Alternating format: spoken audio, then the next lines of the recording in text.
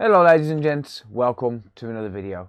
Today we're going to be looking at a PlayStation 5 which has been sent in. This has been sent in by a customer because it's been water damaged, and this I believe is going to be the first water damaged PlayStation 5 that I've seen. Not sure if there's any more videos on YouTube, but as far as I know there isn't. I haven't seen any. I could be wrong, I'll double check and leave it down below. Whether there is or not, but I haven't seen any liquid damaged PlayStation 5s being repaired on YouTube yet. So hopefully this is going to be something new for us. So this has been sent in and apparently it's been water damaged, but I haven't tested it yet. I do see a little bit of a sign of some liquid just here or something being spilt around here, but I'm not sure where the liquid damage is going to be because, like I said, I've never come across it, at least on the PlayStation 5. Hopefully it's going to be something we can fix. This is a PlayStation 5 digital, and obviously water damage isn't covered under warranty with Sony, so a lot of people will say that basically you can send it back to Sony and all of this, but water damage is never covered. So we're going to get into this repair, but if you are new to the channel and you like this type of content, I would really appreciate it if you hit subscribe and turn on the bell notifications, and that way you don't miss any future videos. Starting to see a lot more next gen consoles now, and they are pretty fun to work on.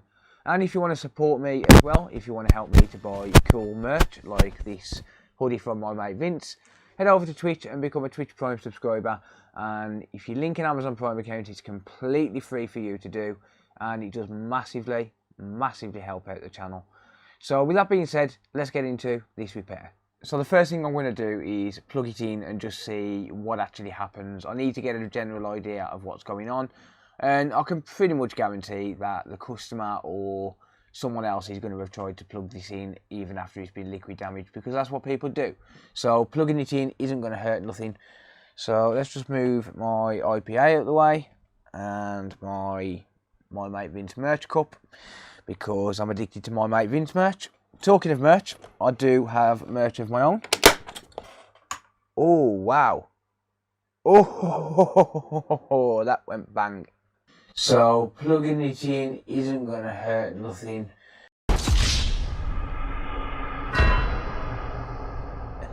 Yeah, let's not plug that in again. Oh, that could have been nasty. That was the power supply that's just gone boom. And yeah, that could have got nasty. So something's just blown inside there. Let's not do that again, okay? Anyway, back to the subject. Talking of merch, I've just started to release merch of my own. There'll be a link in the video description to that. Kind of lost my train of thought there, but never mind. That is definitely going to make the highlight reel. Yeah, let's get it apart. Let's see what's going on. I reckon the power supply's just gone kaput. And yeah, what can you do? So let's get it apart, shall we? So now that it's lying on its side, I can take off the front cover. It's not been opened by the look of it. Oh, hang on. Yes, it has. Never mind. Alright, well. Yeah, that's been opened. Alright, that came off way too easily. It's fine. Don't worry. We do have some scratches around here as well, which means that someone's definitely been in. That definitely wasn't me. It come off way too easily. Okay. Let's try and get this apart without killing ourselves, shall we? So, I released a video this evening, and a few people was asking me what this new mat is. I bought this new mat off AliExpress, and I haven't actually tested it yet. So, I've done a couple of little jobs on it, but I haven't used the heat gun on it or anything like that, so I can't give a recommendation on it yet. So bear with me, let me test it, let me put it through its paces, and then I'll let people know whether or not it's going to be worth buying. Cost me about £15 off AliExpress, I think. Something along those lines. Not sure if that was including tax or not. So let's get this apart. That was rather fun. I think I already know what the title of this video is going to be. And I've got to use a bit of clickbait, I'm sorry. I'm going to apologise in advance. I've got to use a bit of clickbait on this. Why? Because it brings in clicks. It brings in views, okay? Don't hate for the clickbait. So I'm going to get the power supply out. I do have some spare power supplies, but it would be interesting to see what's gone on with this one. That's if it even is a power supply. I could be way off base. But basically we need to get these two screws out of here. So I'll fast forward through this. I'll get these 643 screws out. And yeah, I'll pick it up when I'm ready. Right, okay. So we're inside. And yeah, we've definitely got some signs of liquid damage around here. Now, if that power supply's just popped on me, it could be a case where it hasn't done too much damage. The question is, what did it do before that power supply popped? How bad did it get before the power supply popped? But yeah, we definitely got liquid damage here. Makes you wonder how it gets in. Must have been a lot of liquid. A lot of liquid. A lot of liquid. Did. Alright, I'll stop now. Anyway,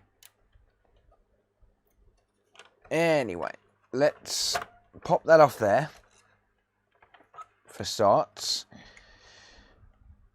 And where did that screw come from? So we've got a fair bit around the edge of the board here, which I will try and clean up as best as I possibly can. The trick to cleaning this up is going to be to heat it up. It's going to need a new CR2032 battery. But other than that, I'm not really seeing a whole lot. Or at least not to the naked eye. I will pop it under the microscope, of course, because that is the right thing to do. So let's go under the scope. So you can see we've got definite signs of liquid ingress around here. And that's kind of the story all the way around the edge of the board. But if it's just around the edge on the ground plane, I'm not that worried about that. But the main thing I'm interested in here is any signs of corrosion around the actual components. So around the chips, around the capacitors, the coils, the resistors, the APU, etc, etc. And I'm not seeing anything. Not on this side of the board anyway. Actually, a little bit there.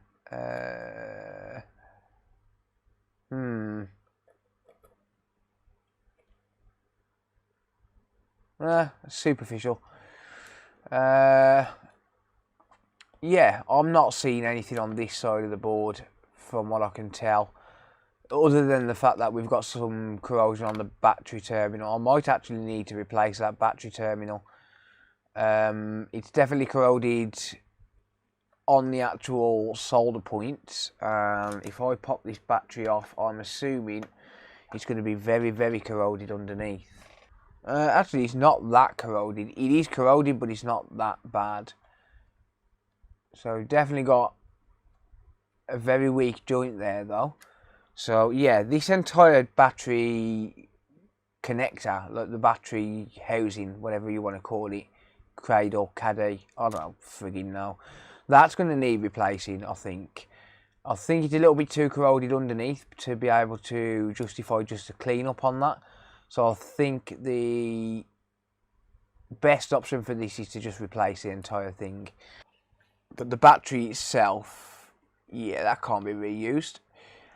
Definitely not. But these cost pennies. So on the back of the board,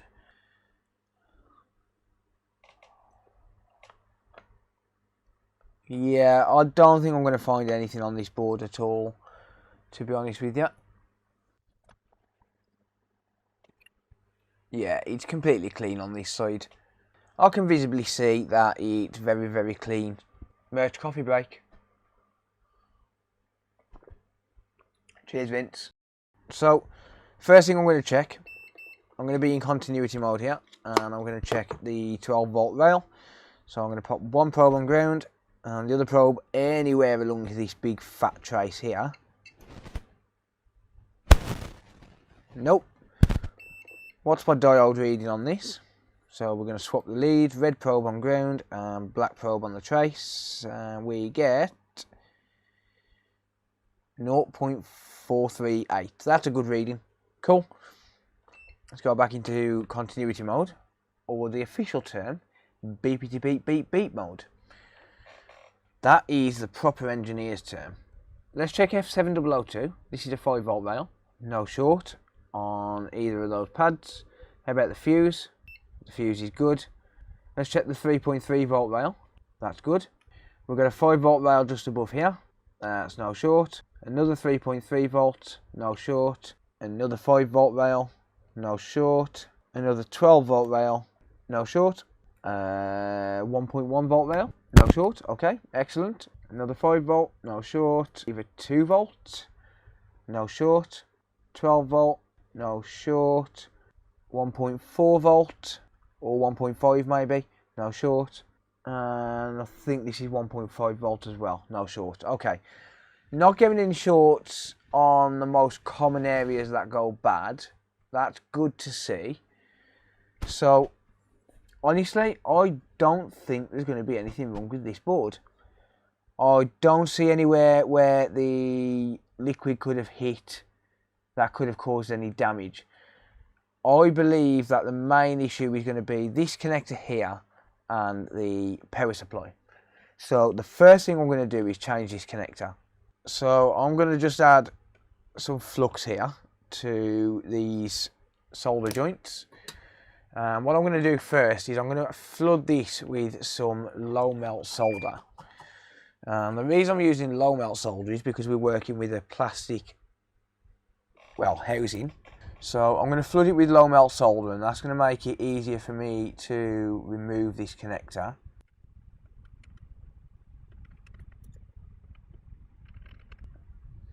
Might be difficult to actually get a contact with the board. Okay, that works. So that loosens up there when I... Or does it? I don't know. Probably not. It's going to be difficult to actually get a contact with the pad on the board itself because the connector itself covers the entire pad.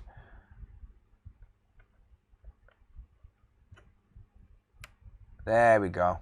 Okay, so that there is done on that side. Let's flood this side as well. I don't mind melting the connector,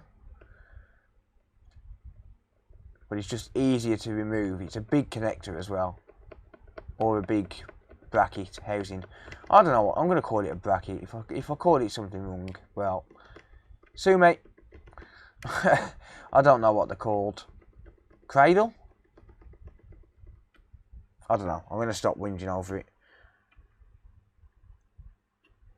It's the battery holder. There we go. Okay, so that's removed. Nice and simple, nice and straightforward.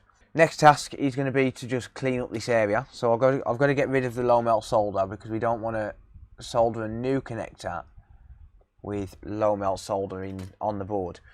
The reason being is that it does melt at around about 70 degrees Celsius, and we don't want to leave that on the board because the console will get hotter than 70 degrees Celsius. So we're going to use some solder braid. Get some nice clean pads.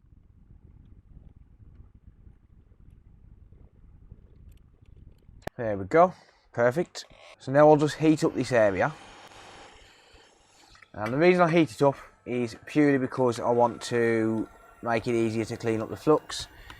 And warm flux is a lot easier to clean than dry hard flux because it's more of a liquid form. So I'm going to give this a nice good clean here. There we go. So you never want to solder on top of corrosion, which is why I wicked it away as well. If you solder on top of corrosion, then the corrosion is just going to affect the board again in the future. So that is a big no-no.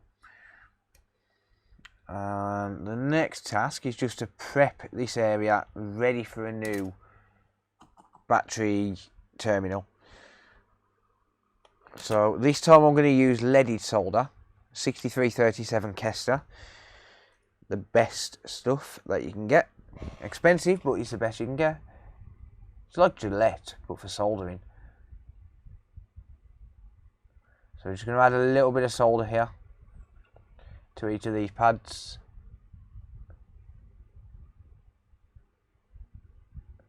There we go. Beautiful. Now I'm going to grab a donor board. So I've got a PS4 Pro motherboard here. And like I said, these are all pretty standard connectors for these CR2032s, especially on the PlayStations. They might be different on other boards, but on the PlayStations they are pretty standard connectors and they use the same one for each one. So what I'm going to do is I'm going to heat up from the bottom. You can see just on this little gap here that I've got my heat gun. And I'm just heating up from underneath at 480 degrees Celsius on this donor board at 40% airflow. I'm not putting heat on from the top because I don't want to melt this connector. The only way that I'm going to be able to safely remove it without using low melt solder is to heat up from underneath and let the heat transfer through the board. Shouldn't take too long. I could have done that with the PS5, but I'm not sure what components are on the other side. I haven't actually checked. But I can solder this back onto the PS5 without using hot air anyway. Let's focus on this side, because this is ground, so that's going to take longer to remove. Just going to get somewhere to grip it. Okay, and that's started to lift up. Let's move over to the other side. There we go. Perfect. That came off absolutely perfectly. So I've got that in my tweezers there. And you can actually see that these are marked. So you've got negative on the right hand side there and positive there. It is actually marked. It's faint, but it is there. And what I need to do is just solder this on. So you can see here, this fits absolutely perfect. And you want to make sure that you get the polarity right as well. Now I could use hot air and just heat it up from the bottom, just like I did to remove this. But it's probably going to be easier just to solder it like this. Might be easier to get some solder and add some to the tip of the iron. There we go. And then if I do the same on the other side.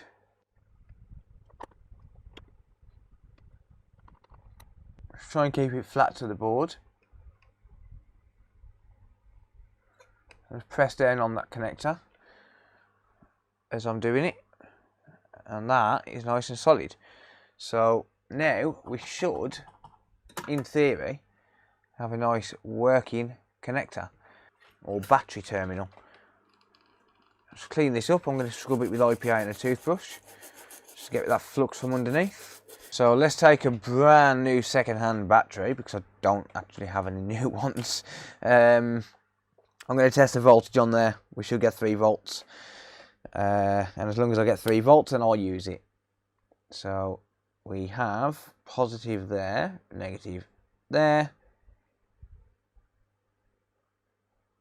2.99, too low for my liking. 3.053, perfect. That will do very nicely indeed. And there we go. So now, do we get, if we pop a probe on ground and a probe just here, we do. We do get a little bit of voltage drop, but yeah, that's perfectly normal. Alright, I'm happy with that. That works for me. So I think for now, the board, apart from, you know, maybe giving it a scrub around the edge, is pretty much done. So that's what I'm going to do next. Just going to give it a little bit of a scrub around the edge of the board. Try and get rid of a little bit of this residue, whatever it is. And if I can't get rid of it, at least neutralise it with IPA.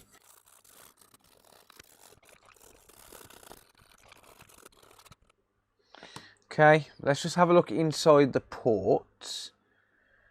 They look good, to be honest.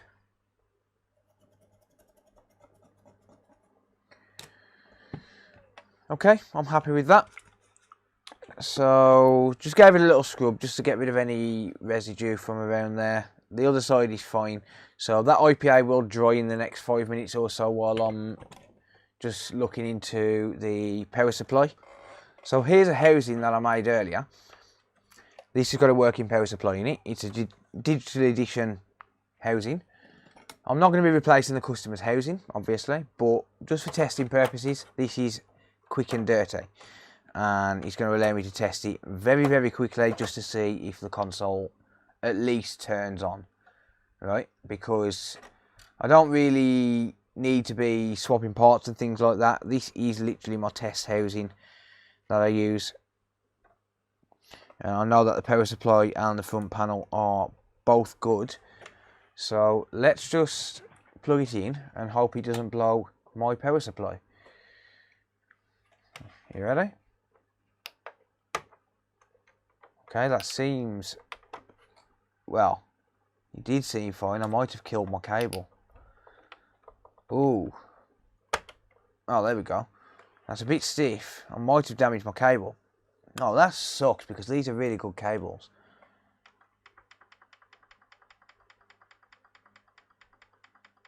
Oh.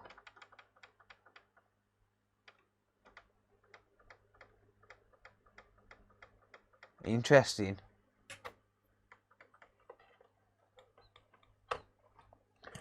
Interesting, we're getting no power.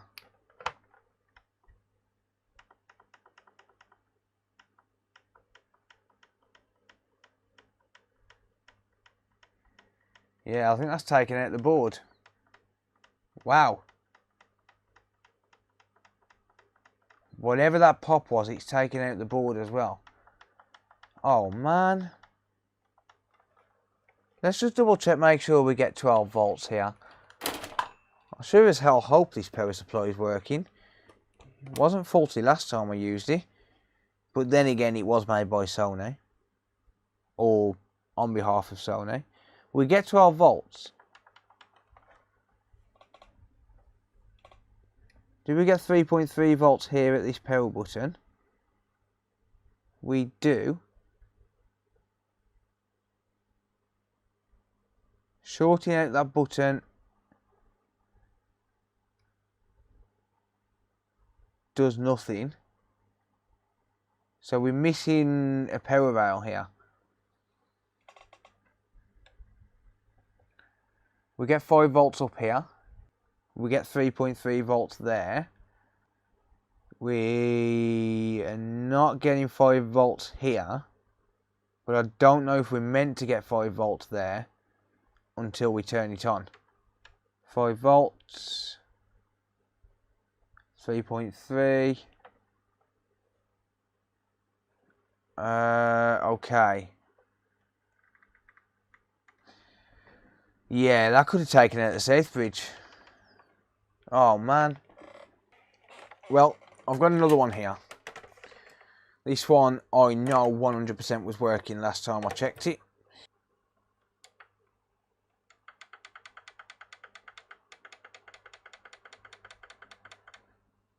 Yeah, it's not the power supply, that's for sure. That's not the main issue, at least. I wonder what that's taken out.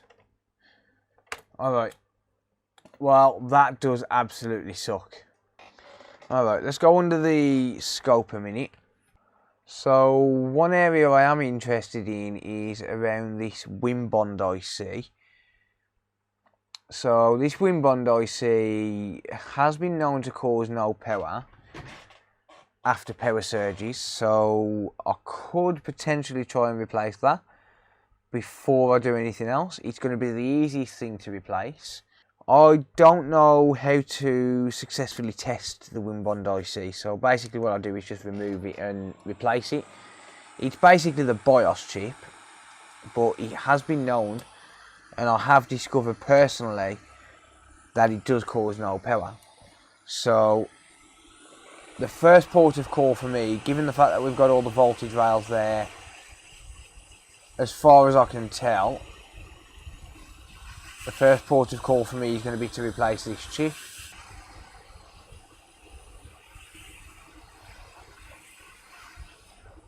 So I will just pop that chip to one side.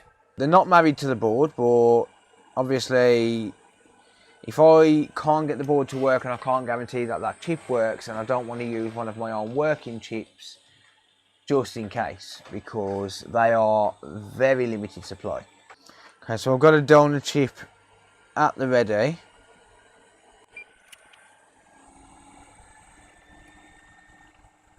Just replace that solder with some leaded, mix it all up. Going to lower the melting temperature and allow me to solder this chip easier.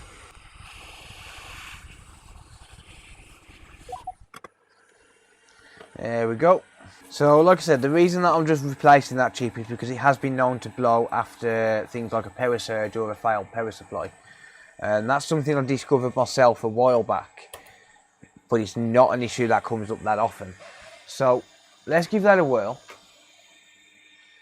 And I'm going to use my own power supply, one that I know is working. I'm surprised that didn't blow the fuse on my cable, to be honest.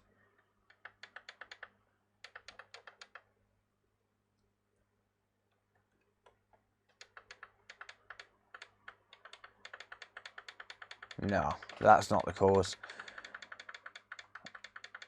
It's a bit odd. What I'm going to do, I'm just going to fast forward through this just while I'm hunting around the board. And there are some signs that they may have ended up with some liquid around the APU actually, which I didn't see before. Yeah, some very minor signs that it has hit the APU. That's not good.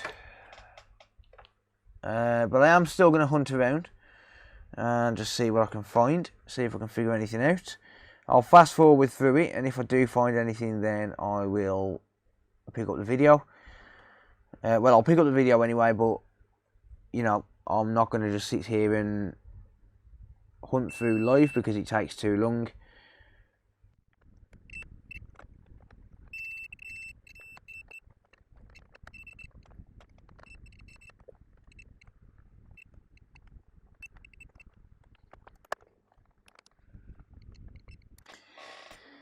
Yeah, I'm not finding anything at all, especially on that side of the board. I honestly don't know. I'm not seeing anything. I am seeing a little bit of a sign that we may have had some liquid damage around the APU. Unfortunately, we cannot, well, we can buy the stencils for them, but I'm still waiting for it to come from China. And yeah, if we've had liquid damage underneath the APU, then reboiling it isn't really going to be an option at the minute. And I don't think it will be viable anyway, because there's a chance that the APU is knackered, and there's also a chance that the power supply is knackered. So yeah, honestly, I don't know what to think. Let me just see what happens when I hook it up to a bench power supply. So I want to try and figure out what kind of current is being drawn from the bench supply using 12 volts. I know I don't have a short on the 12 volt rail, but we should see some sort of a boot sequence of around about 300 milliamps when we first initialize power on the board. So that's what I'm going to look for. So I've got the test probes hooked up to the bench power supply. And I'm going to pop one probe on ground, positive probe on 12 volt, and we do get a boot sequence of 0.008 amps. There's a power rail not turning on here. One of the power rails is not turning on. Where on earth is that going to be? Let's just test for a reference power sequence on this one. Yeah, we get a 300 milliamp current draw on that one, so something's not turning on. And it could be the APU, it could be the south bridge. Without schematics, I'm never going to find that, I don't think. Yeah, something's not enabling. Alright, let's just check for some voltages again. See if I've missed anything. Let's just go through them all.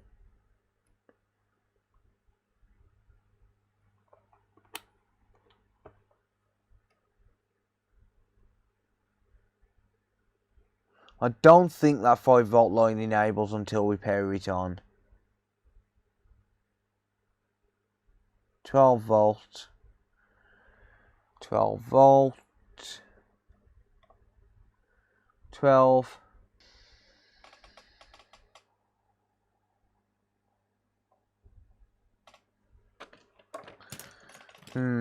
Very odd.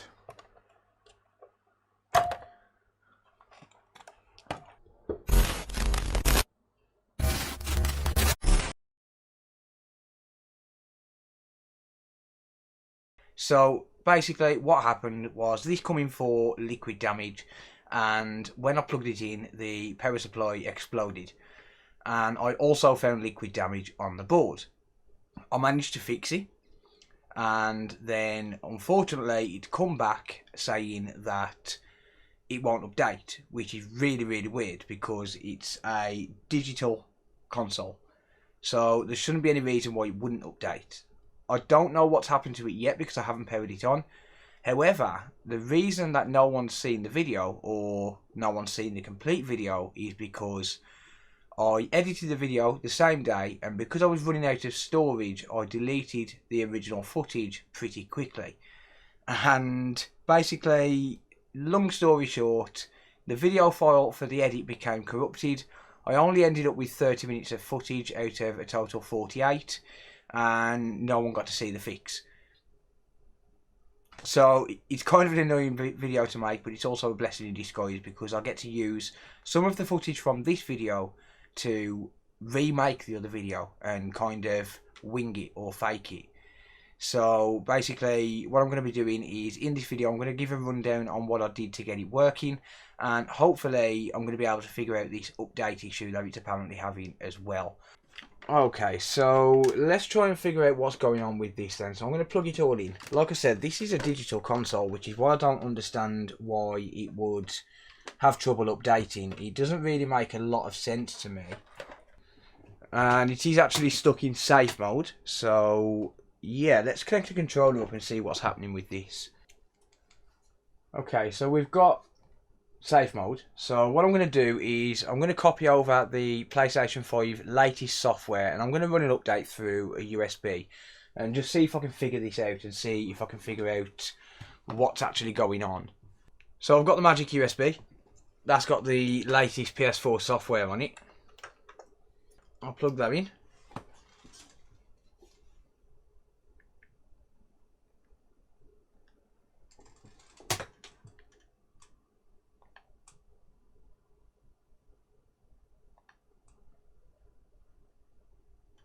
Okay, so that's copying over. Something went wrong. SU101312-8. How very odd. So according to Reddit, which never lies, it's the Blu-ray ribbon.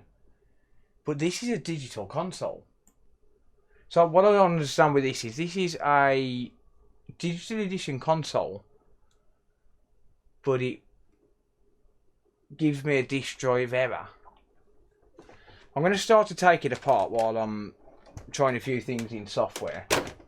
But this is most definitely a digital console. So I'm turning it off just so I can just try rebooting. So the screws are out and ready. Let's just keep rebooting into safe mode as well. And it's time to get this apart. Yeah, I'm really not sure where to start with this, to be honest. This is digital, which means that the error code that it's throwing out shouldn't really be thrown out, because it shouldn't need a disk drive, right? It shouldn't need a disk drive at all. So something just doesn't make sense. This is 100% a digital console. So I've got to have missed something here. What has happened to the liquid metal? What on earth has happened to that? Like, how has that happened? When I first repaired this, basically what I did was I went over the board I looked for any liquid damage and I couldn't find any. And I'd also replaced the power supply, and I'd replaced this CR2032 battery, as well as cleaning up a little bit of corrosion in other places. Basically, that didn't fix the issue, and I started scanning again, and this is where the video cut out. But essentially what I found was just here, there's a little resistor and diode, and I can only assume that this is some sort of a sense line. I'm not sure exactly what it is. Let's just get a close up. So just here, and all I can think of really is that this line here tells the console when the 1.1 volt or 1.8 volt or something's been activated. I don't know what it does, but there was a bit of corrosion here, so I had to replace these components, and that was pretty much it. But I don't know where that goes to. This is the only problem. I don't know where that goes to. Actually, it could very well go to the SSD. There is a possibility. So could this be a case of the SSD might have a little bit of corrosion? I'm not sure. Let's just bring this out of the way and let's go over the board under the scope. So the areas that I'm probably going to be focusing on the most is going to be around the SSD to start with, because we did have some corrosion nearby to there. However, I didn't find anything last time. But I'm wondering if I've missed something, maybe a corroded test point or something like that, or damage resistor. You know, I mean, the board, ultimately the board doesn't look in the best of shape anyway, but it kind of looks to me like we might have had some liquid hit the SSD and I've possibly missed it last time.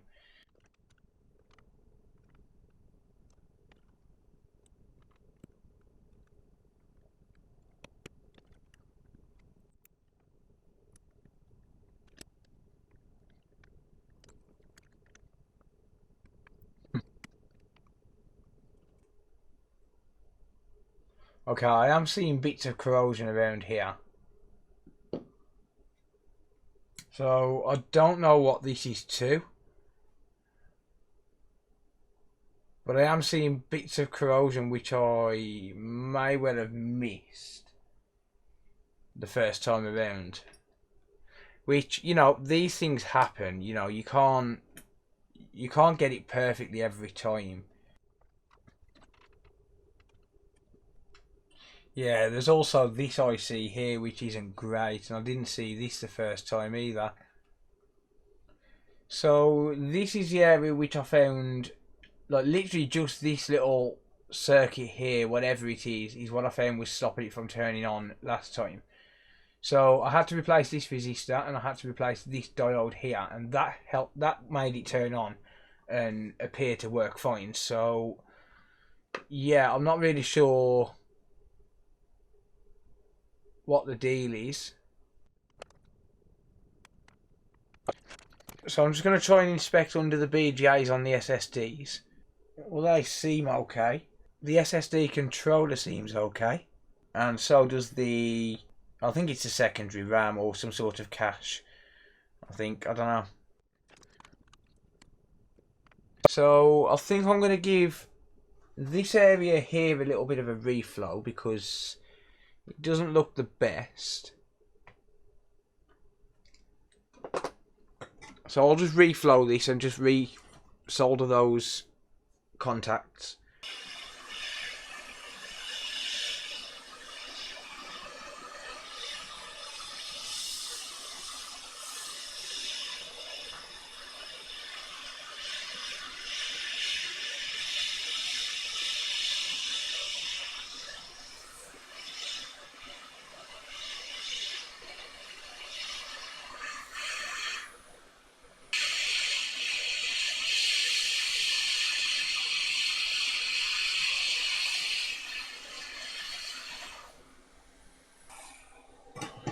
So that's a little bit better. Let's just reflow this and see what happens.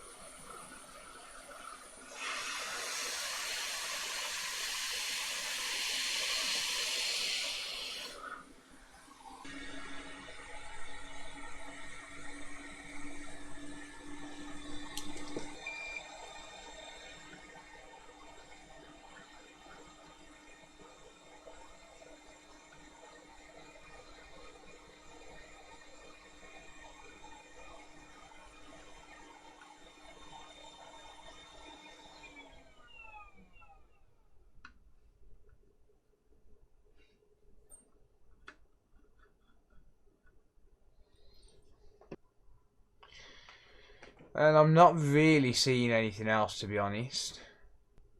Alright. So, I think I'm going to give this a really, really good scrub. Just all over. Everywhere.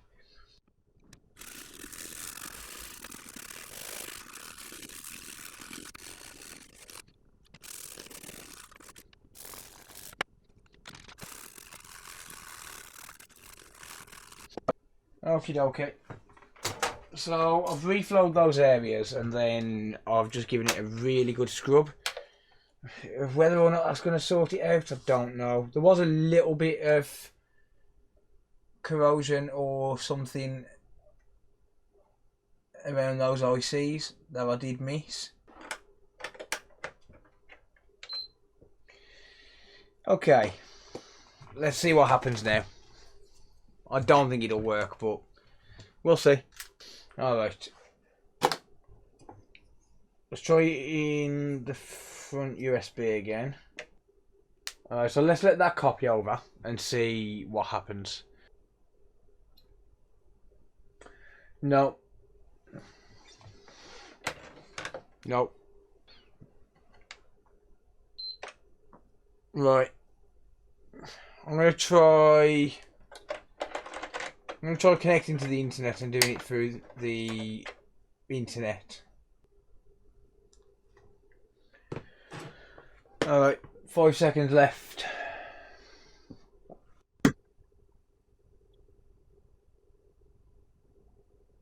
No.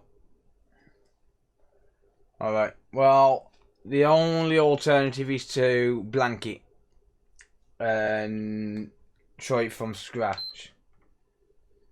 So, I'm going to go into safe mode.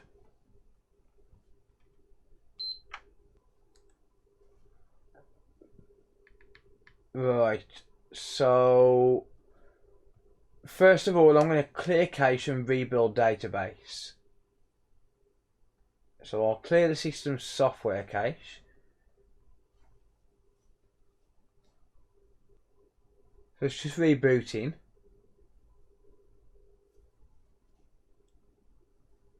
And rebuild database. This might take a while, so I'm going to go and get a fresh cup of coffee.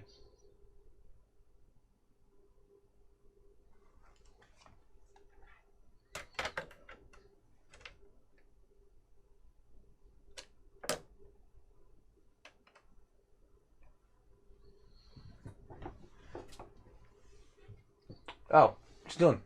I didn't even get up. Alright, and that's just booted into the OS. There we go. So I should have wireless controller sync now. Okay, so it looks like this has been reinstalled. Right, it says we've got a connection to the internet. I'm gonna I am going to download the full system software.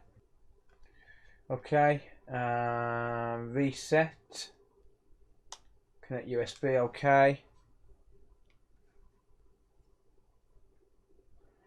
Something went wrong. 101.3.1.2.8. It doesn't make any sense. Unless that means something different to what everybody believes it means. This sucks. And shall I tell you why it sucks? Because now I've got to refund this customer. Because I don't know what's wrong. And it's not fully working. That sucks. Doesn't make any sense. It's a digital console, and as far as I can tell, it's throwing out a disk edition error. So yeah, I don't know. Actually, right, there's one more thing I want to try. I want to try changing that BIOS chip with one from a digital edition console. I don't know if I changed it or not. Maybe that BIOS chip has become corrupt. Who knows? But I'm going to find a digital edition donor board, and I'm going to swap the BIOS chip and put the BIOS chip off one of the other boards onto this one, because I know they do work and you can change them. So I'm going to try that. That is going to be my next move. So, cup of coffee time, and then I'll give it a try. And boom. Just like that, with the magic of editing, I'm back. I've got a coffee. And I've got a donor board. So, this donor board is a digital edition console. And, yeah, I'm just going to try it. It's going to be worth a try. I can't remember if I changed the BIOS chip in the first attempt, the first repair attempt. So, it's got to be worth a try, right? I don't know. But I'm clutching at straws right now. Alright, so there is a reason that I'm doing this. I'm not just doing this randomly because I want to do it randomly, right? The BIOS chip is known to cause no power on a PS5. And the BIOS chip is located just here, next to the south bridge. Now, these are changeable, but is it a case where I've changed it? See, I don't know if I changed it, I can't remember. Because I was struggling to find the issue. And I may have changed it, I don't know. But if I did change it and I put one off a disk drive edition, is it kind of stuck in that situation where it thinks it's a disk drive edition console? I don't know. But we're about to find out anyway. So here's the BIOS chip. It's a Wimbond chip. And like I said, I do not know if I replaced it.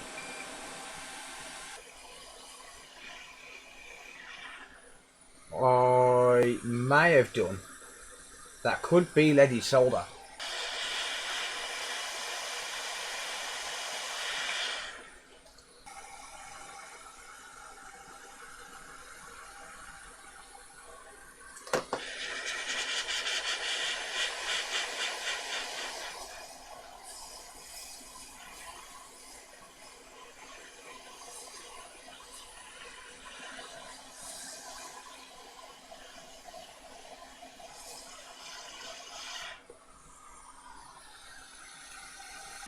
And just like that, that's changed. Right, I'll worry about cleaning later. And the reason I'll worry about cleaning later is because I might end up having to take this apart to take my power supply back anyway. In a minute. So all of this stuff, liquid metal cleaning, I'll worry about later. Not a major issue. So yeah, like I said, I'm not just doing this randomly. I can't remember if I changed the BIOS chip or not. And if I did, then, you know, I very well could have put one on from a disk drive edition. I don't know. And it could be a case where they are paired to, you know, let's say a disk drive edition is paired to a disk drive console. That is possible. Anything's possible. anything's possible with Sony. So it's booted straight into the dashboard. Okay, there we go. So I'm gonna I'm gonna turn it off. I'm gonna boot into safe mode manually. So that's interesting how that decided to boot straight into the dashboard then.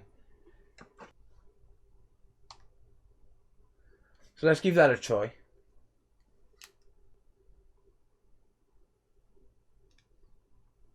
No.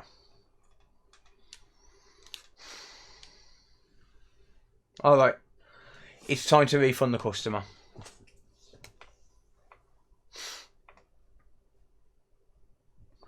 That sucks. It really does. Right, well, I think I've done all I can on this. Just getting this working the first time around was an amazing accomplishment. Yeah, so it really does suck, but sometimes you just gotta cut your losses and move on to the next one. I've been filming for an hour and a half. Not really much more I can do. I don't know what the cause is. Let me know down in the comments down below if you've run into this issue on a digital edition console and managed to figure out a fix for it, because obviously, you know, the more we share between ourselves, then the more we can get these working again, and that ultimately is the goal, is to get these working. And yeah, I mean, this originally coming for liquid damage, which is what I don't understand. It's got to be some sort of corruption on the SSD or something, but I just don't know. Yeah, it's weird. It's really weird. But that being said, you know, at least we got to conclude the video and stuff, because I wanted closure on the video that got corrupted originally. So yeah, I mean, something good come out of it at least, and I have learned a fair bit about the consoles just with this console alone. So yeah, every day's a lesson, I guess. So let me know what you think down in the comments down below. I'll always do my best to read and reply to them all. And if you do want to organise a repair, they're not all like this. They don't all end in refunds and stuff. Unfortunately, now I have got to put my power supply, or rather put the customer's power supply back in, which luckily I do have. It is what it is, and crap happens. But, you know, never mind. So yeah, if you do want to support me in any way, then number one, please get subscribed if you're not subscribed already. It really would help me out. And number two, if you want to head over to Twitch, you can become a Twitch Prime subscriber, and that's absolutely free for you to do if you've already got Amazon Prime. There's also a Patreon link in the video description as well, so you can support me that way if you want to, or you can join the channel memberships by clicking on the join button below the video. We've also got a Discord channel, so I don't show that very often, but we have also got a Discord channel, and if you want to check that out, then there'll be a link in the video description to that. And yeah, come and join the community, and we can share some information and all learn and grow together. That sounded really cheesy. But anyway, it is nearly 2 AM. So, yeah. That being said, thank you very much for watching. And until next time, I'll see you later. Bye for now.